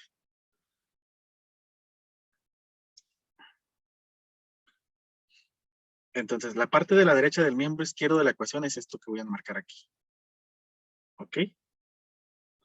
Vamos a recordar de la ecuación 1,5 que la fuerza de interacción de una partícula sobre sí misma es igual a cero, ¿no?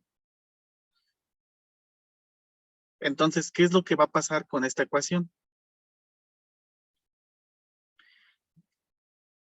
Que F11 vale 0, F22 vale 0, y así sucesivamente, FNN también vale 0, ¿no?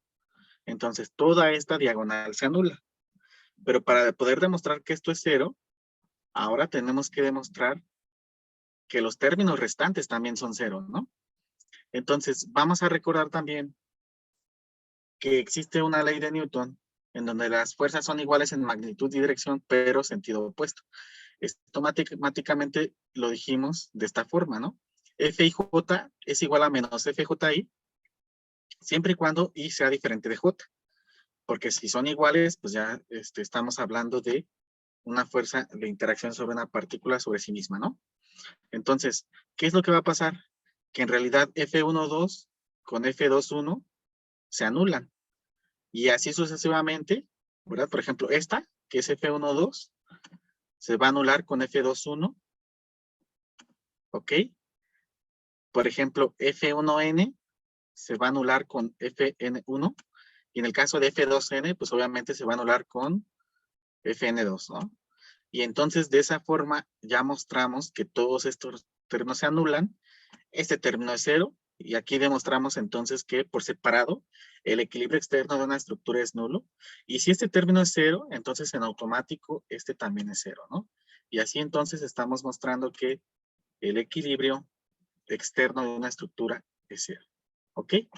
Y pues esta formulación matemática nos permite, con base en conceptos de mecánica del medio continuo y de las leyes de Newton, mostrar por qué utilizamos esas ecuaciones siempre y en qué momento nosotros más bien estamos haciendo un análisis dinámico, ¿no? Aunque en pregrado lo más convencional es hacer análisis de este tipo, que son estáticos, en la mayoría de nuestras materias, ¿no? Sobre todo en las primeras que llevamos.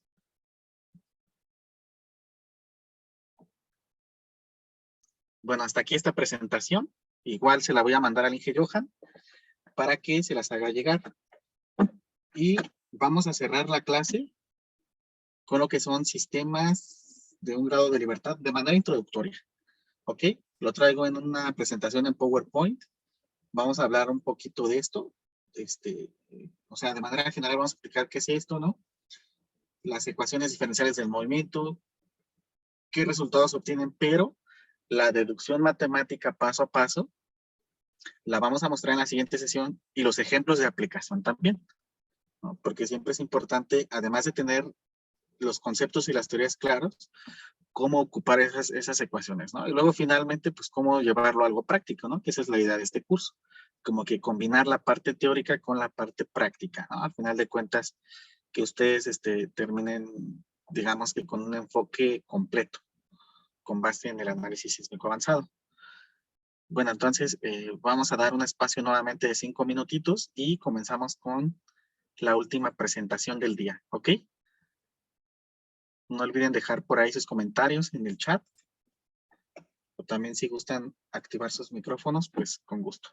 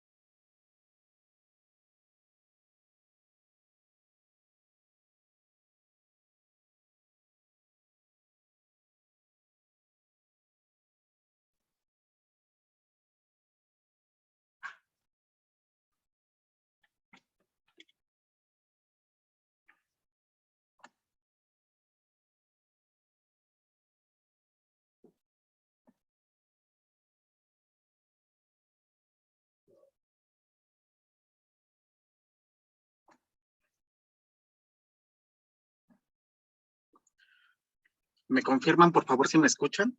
Y también si pueden ver mi pantalla. Sí, ya se ve y se escucha. Gracias.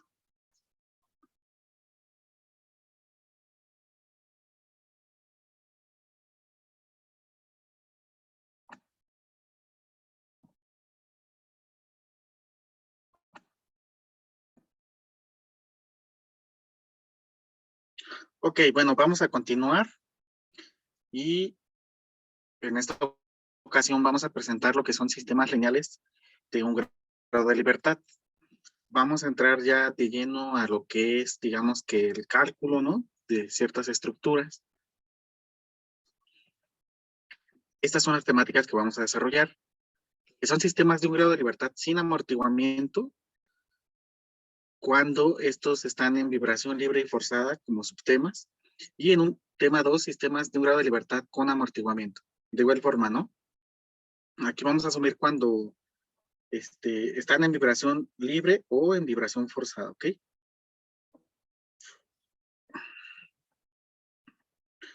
Bueno, comencemos con los sistemas de un grado de libertad sin amortiguamiento. Digo, en esta clase es como más introductoria, lo vamos a ver así de una forma muy, muy general. Y ya lo que es en la siguiente clase, creo que sí se los comenté por ahí hace rato, ya vamos a hacer lo que es la deducción matemática con toda la, digamos que con todo lo que engloba, ¿no? Precisamente la aplicación de ecuaciones diferenciales para poder resolver las ecuaciones diferenciales de movimiento y obtener la respuesta del sistema, ¿no? Y luego lo vamos a aplicar así a ejemplos sencillos, ¿no? Por ejemplo, vamos a calcular la respuesta dinámica de una viga, por ejemplo, también de un marco y así sucesivamente, ¿no?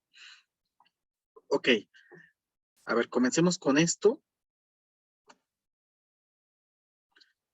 El sistema de un grado de libertad sin amortiguamiento ni excitación lo podemos idealizar, por ejemplo, así como se muestra en la figura 1. Estoy retomando esta imagen de la obra de Gómez y nosotros podemos ver que aquí tenemos un marco de un nivel. Por eso es que puede ser un sistema de un grado de libertad. A partir de 2 grados, a partir de 2 niveles, mejor dicho, ya estaríamos hablando de sistemas de varios grados de libertad, ¿no? Entonces, por ejemplo, si el marco tiene 2 niveles y estamos en el plano claro, entonces ya sería un sistema de 2 grados de libertad. Si el marco tiene 3 niveles, entonces decimos que es un sistema de 3 grados de libertad y así sucesivamente, ¿ok? Entonces, hay que tomar en cuenta, nada más para delimitar ahorita nuestro tema, que sistemas de un grado de libertad son marcos de un nivel o, por ejemplo, también las vigas podría ser un sistema de un grado de libertad, ¿ok?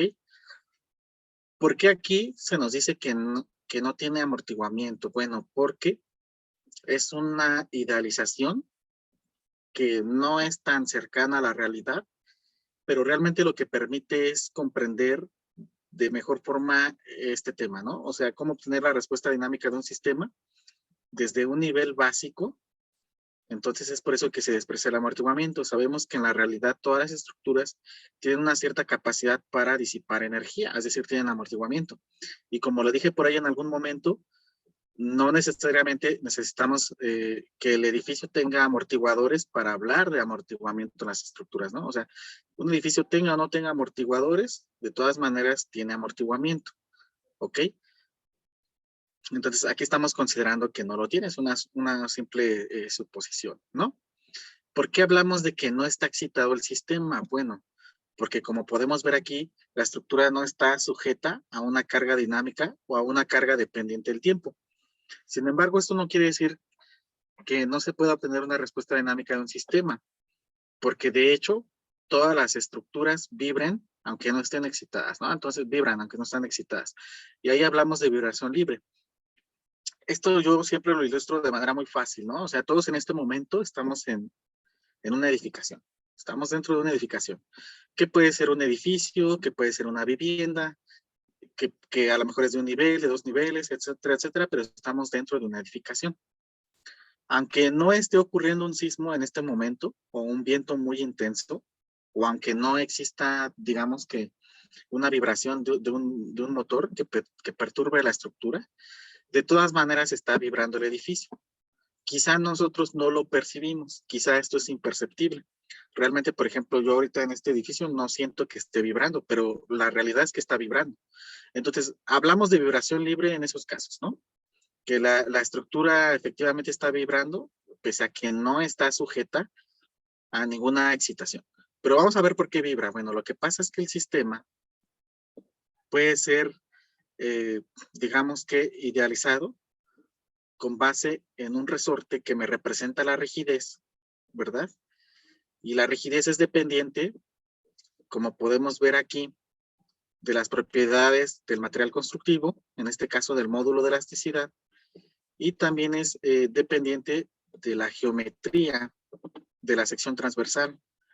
Por ejemplo, la rigidez depende de la longitud del elemento, también depende de la inercia, ¿no? Y la inercia, claro que también a su vez depende, ¿no? Del tipo de sección que tengamos. O sea, no va a ser la misma inercia, por ejemplo, para un perfil circular que para un perfil rectangular. Y de hecho, pues aunque a nosotros nos enseñan a deducir las formulitas de la inercia para distintos casos, pues prácticamente desde estática, ¿no? De todas maneras ya existen tablas, ¿no? En donde se presentan estas ecuaciones para casos comunes. Por ejemplo, la inercia de un rectángulo, pues es BH cúbica entre 12, ¿no? Base por altura al cubo sobre 12, ¿no? Y así sucesivamente. Cuando tenemos perfiles compuestos, pues entonces la inercia la tenemos que calcular con el teorema de ejes paralelos, ¿no? Y por ahí hay una formulita que nos dice que calculemos el área de los distintos bloques, porque al ser un perfil compuesto, lo podemos dividir, digamos que en figuras más sencillas, ¿no?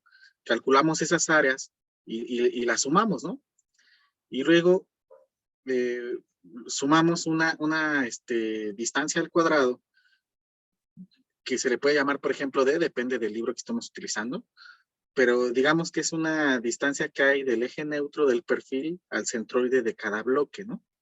Y ese término se eleva al cuadrado. Entonces, al sumar esos, obtenemos la inercia para un perfil compuesto. ¿Ok? Bueno, entonces, eso es la rigidez. De hecho, la rigidez, o sea, desde un punto de vista técnico, la podemos definir como la fuerza necesaria para inducir un desplazamiento unitario. Esto claramente nos conlleva a pensar que rigidez es lo opuesto a flexibilidad, ¿no? Cuando nosotros resolvíamos una estructura con el método de flexibilidades, lo que hacíamos era precisamente aplicar fuerzas unitarias para ir generando ciertos desplazamientos. Entonces vemos que aquí rigidez es lo opuesto, ¿no? Es la fuerza necesaria para generar un desplazamiento unitario. Entonces toda estructura tiene rigidez. Por ejemplo, si nosotros suponemos que las vigas son infinitamente rígidas, algo que es totalmente idealizado, hagan de cuenta que lo que estamos haciendo aquí es despreciar la deformación de las vigas, ¿no? Y únicamente considerar que el marco se va a desplazar lateralmente de forma uniformizada. Entonces, pues la rigidez va a venir dada por la suma de las rigideces de las columnas. Aquí lo que nos está indicando que ambas sean EI, pues que como que digamos que los elementos tienen la misma sección transversal y el mismo material constructivo, ¿no? Entonces hagan de cuenta que la rigidez va a ser igual, claro, como lo dije, a la suma de la rigidez de cada uno de estos elementos, pero como que esta va a ser la rigidez entre dos y esta va a ser la rigidez entre dos, ¿no? O sea, mitad y mitad de rigidez, ¿no?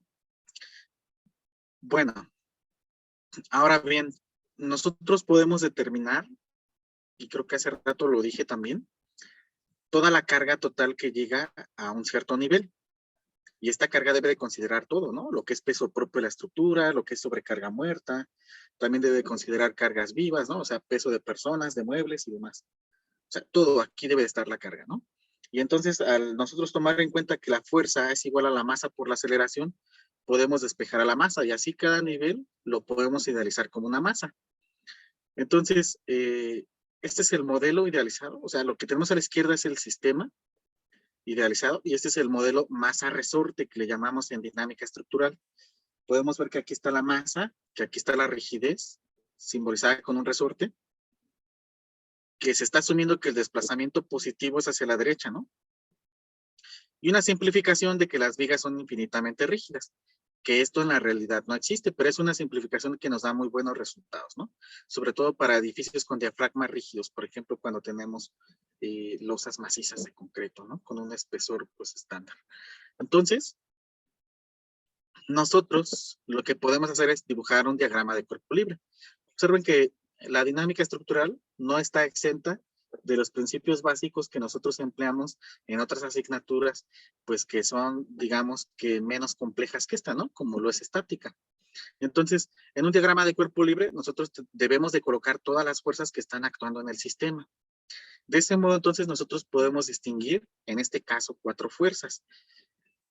Debido a que el sistema no está excitado, no está amortiguado, entonces nada más se generan estas 4 fuerzas. ¿Okay? Porque si el sistema tuviera amortiguamiento, tendríamos que agregar una fuerza de fricción. Más adelante vamos a ver esos casos, ¿no? Si el sistema estuviera excitado con una fuerza, también tendríamos que agregar esa fuerza que está actuando en el sistema. En este caso, recuerden que es vibración libre, ¿no? No excitado el sistema, o sea, no carga dinámica aplicada o depende del tiempo, y no excitado, por lo tanto, no fuerza correspondiente a fricción, ¿ok? Entonces, aquí tenemos una primera fuerza que está actuando por naturaleza física, que es el peso del cuerpo. El peso del cuerpo es igual a la masa por la aceleración de la gravedad. Vamos a llamar a la masa M y a la aceleración de la gravedad G. Tenemos una reacción normal de la superficie soportante, una reacción natural, ¿ok? Debido a que pues se asume que este cuerpo está sobre de una cierta superficie que podría ser el suelo, por ejemplo. Entonces se genera esta reacción normal, que siempre va a ser perpendicular al plano de la superficie, ¿no? O sea, vamos a suponer que aquí la superficie es totalmente horizontal, entonces por eso esta reacción es, como su nombre dice, normal, ¿no? O sea, perpendicular, es totalmente vertical, ¿ok? Luego, vamos con las fuerzas horizontales que actúan. Ya hablamos de las fuerzas verticales, ¿ok? Que en este caso se van a anular, se van a hacer cero, y por lo tanto la respuesta del sistema, ya dinámica, aquí ya cada que hablemos de respuesta de un sistema vamos a referirnos a algo dinámico, pues no va a ser dependiente de estas cargas verticales, sino que más bien de estas cargas horizontales. Lo que podemos ver aquí es la fuerza del resorte, que es igual al producto de la rigidez llamada K por el desplazamiento llamado Y. ¿Ok? Muchas veces existe una confusión entre cuando estamos haciendo un análisis estático o dinámico y cuando es en el rango lineal o no lineal. Bueno, comienzo con la linealidad, ¿ok? Al considerar que la fuerza del resorte es igual a la rigidez por el desplazamiento, en automático estamos considerando un análisis lineal en este caso, ¿no? Ya los análisis que van a hacer mis colegas en sus tópicos que ellos van a impartir, van a provocar que esta ecuación ya no sea aplicable, porque esta ecuación lo que nos muestra es que se está tomando en cuenta la ley de Hooke, ¿ok? La ley de Hooke en su versión más simple, yo creo que todos lo tenemos presente, es que los esfuerzos son iguales al módulo de elasticidad por la deformación unitaria. Pero también podemos decir que la fuerza es igual a la rigidez por el desplazamiento, que es lo que estamos viendo aquí, ¿no? Entonces, esa ecuación constitutiva de Hooke nos indica que estamos haciendo aquí un análisis lineal, ¿ok? Ahora, ¿por qué se trata de un análisis dinámico? Por las fuerzas inerciales, ya lo dijimos desde un inicio. Lo que estamos haciendo aquí es aplicar el principio de D'Alembert. En este principio, lo que vamos a hacer es introducir de manera imaginaria en el diagrama de cuerpo libre una fuerza inercial. Recordemos que esta fuerza es igual a la masa por la aceleración, pero la aceleración a su vez es la segunda derivada del desplazamiento con respecto al tiempo. ¿Ok? Entonces, si nosotros introducimos de manera imaginaria esta fuerza, es decir, que aplicamos el principio de D'Alembert, podemos hacer el equilibrio de este cuerpo con un enfoque dinámico, ¿ok? De la manera tradicional como nos lo enseñan en estática. Solamente si aplicamos el principio de D'Alembert. Si no aplicamos el principio de D'Alembert, tendríamos que decir que la sumatoria de fuerzas es igual a la masa por la aceleración. Pero aplicando el principio de D'Alembert, decimos la sumatoria de fuerzas es igual a 0. Tal cual como nos lo enseñaron en estática. pero no es un análisis estático. Esto es un equilibrio dinámico, claramente. ¿Ok? Solo que con el principio de D'Alembert aplicado. Espero que no haya duda y confusión con eso. Entonces, como ustedes pueden ver aquí, la sumatoria de fuerzas en la dirección Y igual a 0, podemos obtener entonces esta ecuación 1 que se conoce como la ecuación diferencial de movimiento.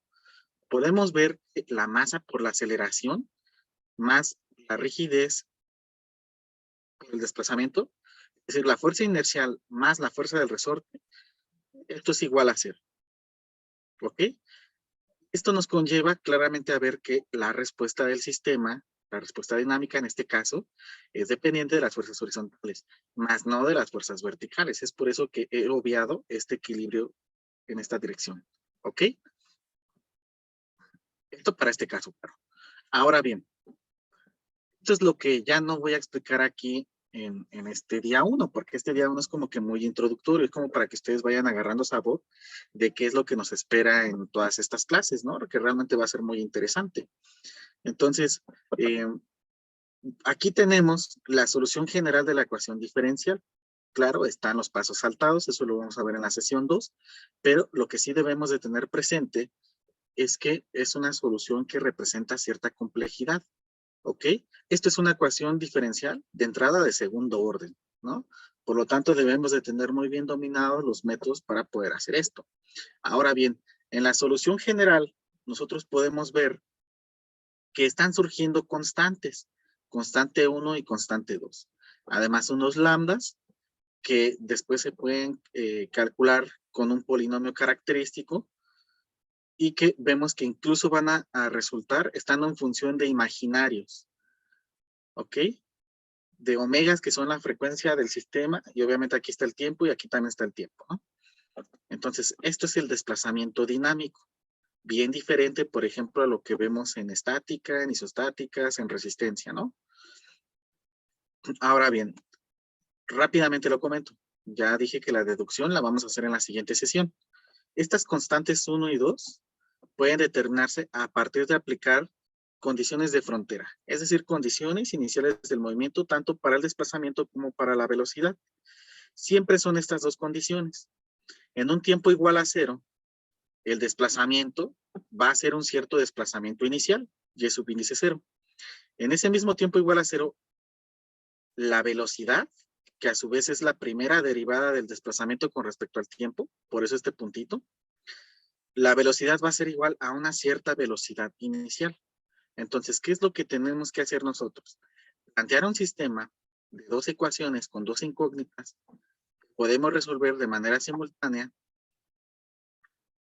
en donde nosotros vamos a reemplazar estas condiciones en esta ecuación y podemos derivar esta ecuación, ya que la velocidad es la derivada del desplazamiento con respecto al tiempo. Por eso les decía en la primera presentación de PowerPoint, no olvidemos estos conceptos, porque vamos a estar lidiando todo el momento con ellos en este curso, al menos en la parte que a mí me toca exponer, ¿no? Entonces, claro, o sea, yo tengo esta ecuación y puedo aplicar esta condición de frontera en esta ecuación. Puedo derivar esta ecuación y aplicar esta segunda condición de frontera ahí, y tengo un sistema 2x2, encuentro las constantes, y entonces así encuentro la solución particular. Aquí hay un error de dedo o de tipeo, como decimos. La solución particular podemos encontrarla ya teniendo los valores de las constantes, y es la ecuación 4 que vemos aquí. Esto es la respuesta dinámica de un sistema de un grado de libertad que no está excitado, es decir, que está en vibración libre y que no está amortiguado. ¿Qué podemos ver aquí? Que es una función dependiente del tiempo. Y esto nos conlleva a regresarnos a lo que dije por ahí en la presentación que hice en PowerPoint, la primerita, en la parte conceptual, en donde yo les comentaba, en dinámica estructural no tenemos una solución única, como cuando hacemos un análisis estático, sino que tenemos infinitas soluciones. ¿Por qué?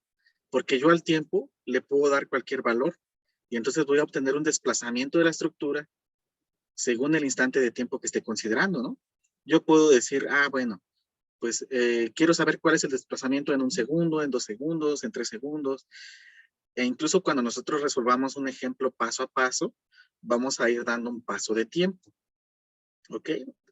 Y vamos a ver que entre más corto sea el paso de tiempo, como que el diagrama va quedando pues cada vez más preciso. ¿Ok? Vean entonces la respuesta dinámica del sistema, ¿de qué es dependiente? Del desplazamiento inicial y de la velocidad inicial, es decir, del desplazamiento y la velocidad en un tiempo igual a 0. Es dependiente de la frecuencia del sistema, que en este caso se asocia a una velocidad, a una velocidad angular, sí, claro. Cuando ya esto lo damos en radianes sobre segundo, hablamos de velocidad angular. Pero esta velocidad angular o esta frecuencia natural del sistema podemos determinarla con la raíz cuadrada de la rigidez entre la masa.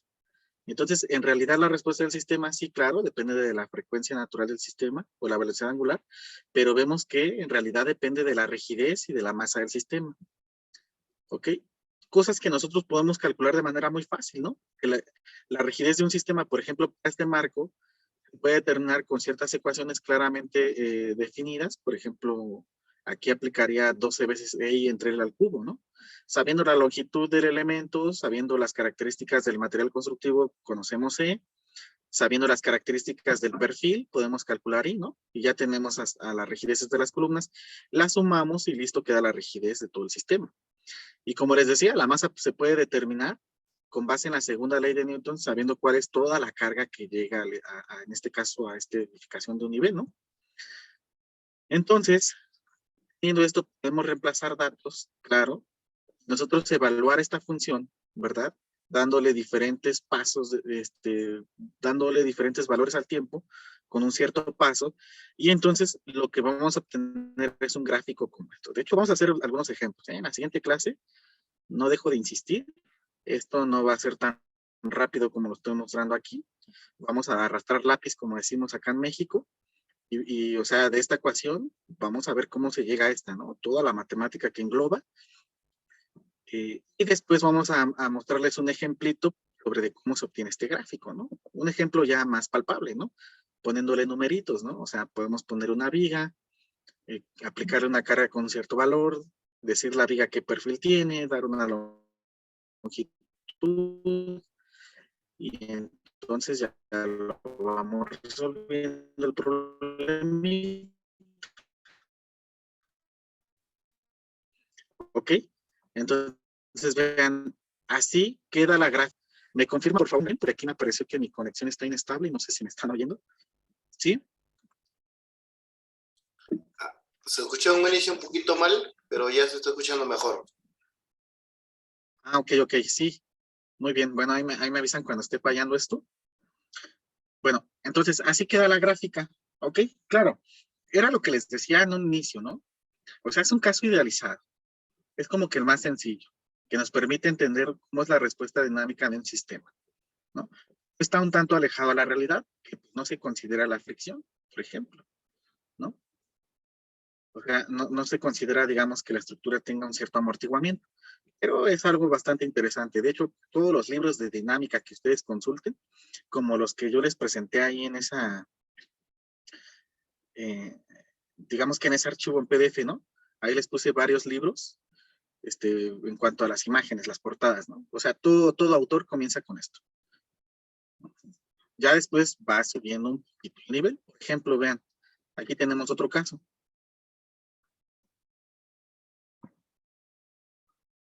Aquí tenemos otro caso, lo que es la vibración forzada. Nosotros, ¿qué podemos ver en esta vibración forzada? Vamos a suponer nuevamente un sistema de un grado de libertad, ¿ok? Pero ahora ya se está aplicando una fuerza externa armónica. La fuerza externa armónica viene representada por una función F subíndice 0, donde esto es la amplitud de la onda, por el seno de la frecuencia por el tiempo, pero esta no es la frecuencia de la estructura, es la frecuencia ajena a la estructura. Entonces, para que esto no suene tan abstracto, en la realidad, podríamos asumir una edificación, claro, de un nivel en este caso, en la cual está vibrando un motor, una maquinaria está vibrando de manera muy intensa. Entonces, claro que las características de vibración de esos aparatos no es propio de la ingeniería civil, sino que ingenieros mecánicos estipulan cómo es esa vibración, nos dan las características de la amplitud de onda. Eso es algo que ya viene, digamos que indicado, ¿no? Cómo es que vibra el aparato. Entonces, aquí está la representación gráfica de esa carga externa. Es una carga armónica, porque como ustedes pueden ver, se puede idealizar con una función trigonométrica, ¿sí? Y además tiene un periodo bastante repetido, ¿no? Sigue, ¿no?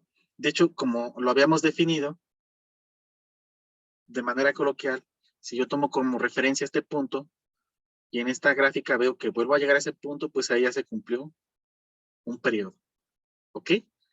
Entonces, digamos que esa máquina, esa turbina, lo que sea que esté vibrando, va a tener su propio periodo y a su vez su propia frecuencia. Este omega mayúscula es su frecuencia, ¿ok? Que es totalmente ajena a la estructura. Entonces, aquí lo que deberíamos de cuidar es que el periodo de la estructura o la frecuencia de la estructura no coincida con la frecuencia que es ajena a la estructura, con esta frecuencia, ¿no? Porque si coinciden, acuérdense que estaríamos hablando ya de resonancia, lo cual puede resultar peligroso, ¿no? Porque si esta relación es unitaria, entonces el sistema entra en resonancia y se producen grandes aceleraciones y deformaciones, y esto se puede traducir en un gran daño, ¿ok? Pero bueno, ¿qué tenemos aquí? Que nosotros podemos hacer un diagrama de cuerpo libre, que claro, aquí está obviado, pero sería muy parecido al que vemos acá. La diferencia es que nosotros deberíamos introducir esta fuerza externa, ¿ok? Entonces, si en ese diagrama de cuerpo libre decimos que la sumatoria de fuerzas en Y es igual a 0, claro que eso nosotros solamente lo podemos hacer si aplicamos el principio de D'Alembert, es decir, si al diagrama de cuerpo libre le agregamos esta fuerza inercial, pues entonces tendríamos esta ecuación, ¿verdad? En donde la fuerza de inercia, definida como la masa por la aceleración que a su vez es la segunda derivada del desplazamiento con respecto al tiempo, más la fuerza del resorte, que es igual a la rigidez por el desplazamiento, es igual a la fuerza externa, que en este caso se trata de una carga armónica, que puede ser una vibración de un motor, la cual va a tener una gráfica de esta forma, en donde F0 es la amplitud de onda que se genera, por el seno de omega mayúscula, donde T es el tiempo, y omega mayúscula, claro, es la frecuencia de esa carga de ese motor, ¿no? Es la frecuencia ajena a la estructura, ¿ok? Entonces, pues claro, o sea, esto también, no sé si nos dé tiempo de deducir todos los casos, realmente son bastantes, a lo mejor deducimos uno o máximo dos, para no llevarnos todo el curso en deducciones matemáticas. Esto, pues, para un curso más extenso sí podría ser, ¿no? Deducir cada caso matemáticamente. En algunos casos sí nada más vamos a retomar ecuaciones finales y aplicarlas a ejercicios, ¿no? Pero lo que yo quiero que ustedes vean aquí es que esta es la solución general de la ecuación. O sea, esta es una ecuación diferencial, ¿no? De segundo orden, la cual se puede resolver con un cierto método, con las técnicas que ya nos enseñan a nosotros en ecuaciones diferenciales, y así obtenemos la respuesta del sistema, que es una respuesta dinámica, que por eso, pues, es dependiente del tiempo, como podemos ver aquí, ¿no? Entonces, claro, nosotros tenemos algunas constantes que podemos determinar siempre con estas condiciones iniciales, siempre son las mismas, en un tiempo igual a 0, el desplazamiento es igual al desplazamiento inicial, y también en un tiempo 0, la velocidad es igual a una velocidad inicial. Siempre son esas. Aquí lo que estamos viendo es que cambia un poquito la nomenclatura, ¿no? Nada más, ¿no? Porque, por ejemplo, aquí las constantes les llama A y B, porque esto es tomado de este libro, ¿no? De Gómez. Y lo de hace rato era tomado de mi libro, ¿no? Entonces yo le llamo constantes C1 y C2, por ejemplo. Pero en esencia, pues digamos que estamos hablando de esas constantes, ¿no? Que surgen a partir de resolver esta ecuación diferencial de segundo orden. Y nuevamente, volvemos a enmarcar el concepto de relación de frecuencias, ¿no? La relación de frecuencias simplemente es igual a la frecuencia externa de la estructura o ajena a la estructura entre la frecuencia de la estructura, es decir, omega mayúscula entre omega minúscula, ¿no? Y entonces, después ya podemos obtener una solución particular de resolver el sistema de ecuaciones, ¿no? Ya estamos sobre el tiempo, me acabo de dar cuenta, entonces para la siguiente sesión vamos a explicar ya los demás casos. Por ejemplo, cuando ya se tiene amortiguamiento viscoso, así de manera muy rápida en las diapositivas. Esto lo traigo detallado en PowerPoint también, ¿no? Y vamos a ver algunas deducciones, no todas, y ya hacemos algunos ejemplitos, ¿no? Esto que es muy matemático y abstracto, también en algún momento lo tenemos que aterrizar con ejercicios sencillos. De acuerdo, pues de mi parte sería todo. Perfecto. Muchas gracias, David. Muchas gracias a todos por su presencia. Nos vemos en un par de días para la siguiente clase. ¿Alguna pregunta final?